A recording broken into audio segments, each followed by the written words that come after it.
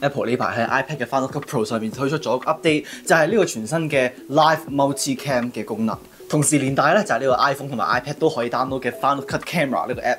假設大家有聽過 Filmic Pro 或者一啲比較專業喺呢部 iPhone 上面錄更加多樣性嘅片嘅一個 app 咧 ，Final Cut Camera 呢個 app 同 Filmic Pro 嗰啲都係差唔多做緊同一樣嘢咁滯。咁不過呢個當然就係 Apple 佢自己自家製嘅專業相機 app。咁而呢個嘅 Live Multicam 嘅功能咧就係連同喺 iPad Final Cut Pro 第2代入邊有嘅。咁我而家就係 iPad 版 Final Cut Pro 啦，我已經開咗個 project 㗎啦。你見上面咧係有一個錄影相嘅一個 option， 你撳入去咧就係有一個 option 俾你去 set Live Multicam 嘅。咁我一篤咧，佢就會即時顯示晒暫時嚟講所有嘅角度嘅。我暫時係連咗2個角度啦，一個就係喺呢度啦。我唔知你見唔見到，我其實不如褪過少少。咁我想將呢個就校翻向翻做自己啦。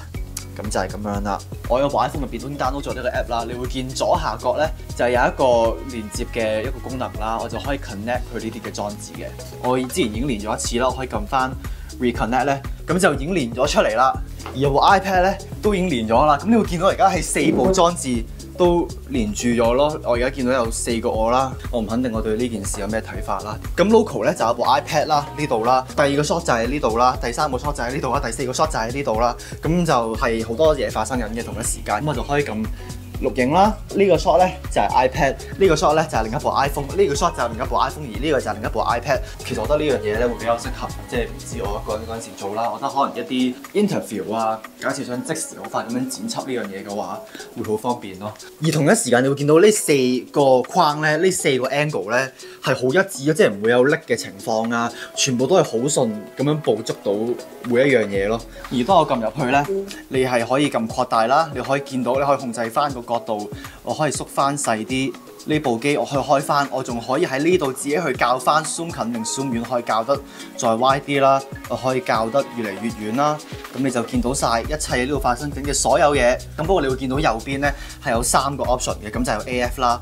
AF 係我而家可以校翻個 focus 嘅嗰個點，你係可以自己校翻你想對焦喺邊個位置啦。咁呢度你都可以校翻 exposure 啦，即係例如我呢度我係想校得爆光少少，或者校得冇咁光，跟住呢度我都可以校翻個白平衡啦。假設想啲嘢黃啲或者藍啲，咁我而家已經錄咗3分幾鐘啦，我可以撳停。咁我而家咧就可以將我啱啱錄過嘅嘢拖落嚟呢度，呢度係時間線。咁你會見到下低咧呢個角度咧係已經顯示晒所有嘅 shot 同一時間發生緊嘅所有嘢。咁當然啦，我有4個角度，我係可以即時去調校翻我想佢呈現邊一個 shot 出嚟嘅。咁有2個方法嘅，一係咧就直接去篤個角度啦，再唔係咧你就假設你有 keyboard 嘅話，你可以撳1、2、3、4去轉翻角度，順次序咁樣咯。我亦都可以校翻個聲源喺邊度嚟啦。例如我係想我部 iPhone 開聲啦，佢係撳 solo， 咁佢就會播翻我部 iPhone 入邊錄咗嘅聲出嚟啦。我想而家直接咧就轉翻去呢個角度，即係第3個啦。我撳翻第3格咧，佢就會自己識轉翻過嚟噶啦。我可以逐個 shot 去撳嘅，咁就可以好方便咁一次過剪4條片啦。又或者可以撳翻1、2、3、4咁樣咯。我覺得呢個真係特別適合一啲 interview 啊。假設我有多過1個人過嚟拍片嘅話，而我想直接一次過 live 咁樣去控制晒所有嘅 shot 嘅話，係會好方便咯。我覺得咁樣。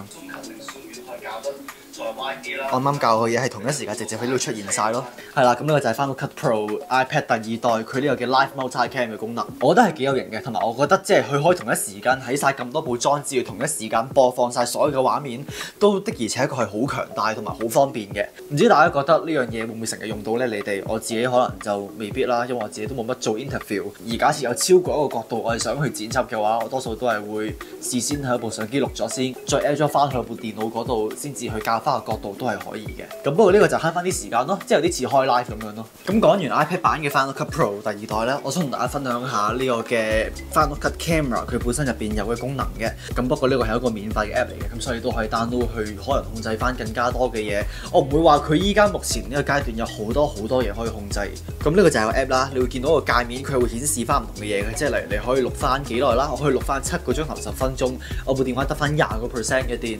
右上角就可以校翻前個鏡頭啦，又或者我都可以撳翻例如13mm、24mm 同埋77mm 幾個焦段嘅喺呢部 iPhone 入邊。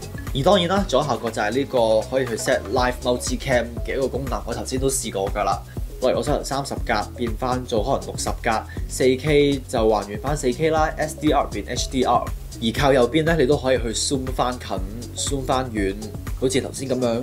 而你見到左上角咧，都係有一啲聲浪嘅標誌話俾你聽，你而家佢講嘢講到幾大聲。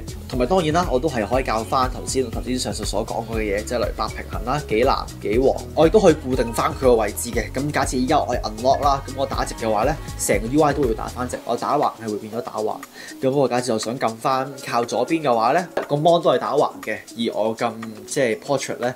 我就算打橫咧，佢都係以打直嘅方法去錄咯。我可以校翻個 focus 啦，個 exposure 幾暗幾光，呢個就真係啦，校翻低啲。而呢個就連前面個鏡頭都可以去 zoom 近嘅，咁係啦，我諗我哋 zoom 翻遠啲。係啦，就係咁樣啦。我始終覺得可能 Filmic Pro 啊，或者其他一啲第三方嘅相機 app 嗰啲係要俾錢嘅。咁不過我會覺得嗰啲功能會又再多少少，你都可以校翻唔同嘅 ratio 啦，即係例如我而家錄緊16:9，你係 Filmic Pro 你可以校21:9，咁而呢個目測就唔可以啦。咁不過我都覺得呢個算係 Apple 暫時嚟講第一個專業嘅相機 app 咯，係免費喺部 iPhone 入邊。而呢個咪就係 iPhone 15或者任何 Pro 嘅機型先用到。你有任何嘅 iPhone 去支援呢個嘅 iOS 17點，我肯定幾多啦，你都可以 download 嘅。唔知大家自從Final Cut Pro for iPad 出咗之後有冇用過呢？我自己唔會話成日咁樣用，即係大部分你哋見到嘅 YouTube 片，我都係喺翻部 Mac 嗰度用翻 Mac 版嘅 Final Cut Pro 去剪，始終功能多啲 ，plug in 多啲。我都慣咗用我部電腦 Final Cut Pro 剪，都我諗3至4年咁樣，咁所以喺部 iPad 剪，有啲嘢係的確冇咁方便，同埋冇咁直接嘅。咁不過假設你真係想將你部 iPad 推至佢嘅極限，例如用頭先上述所講嘅 Final Cut Camera 呢個功能係連 Mac 版 Final Cut Pro 都冇嘅，咁呢個就只限 iPad 版。我都仲等緊一啲更加先進嘅功能，即係例如可以加第三方嘅 plug in， 有啲嘢可以更加方便啲、直接啲，咁就會更加好啦。咁不過暫時嚟講就係咁樣啦。好多謝大家睇呢條片，我哋下一條片再見啦！記得撳 like， 記得 comment， 記得 subscribe， 撳鐘仔，咁你就會知道我下一次出新片係幾時咯。就係咁，我哋下次再見啦，拜拜。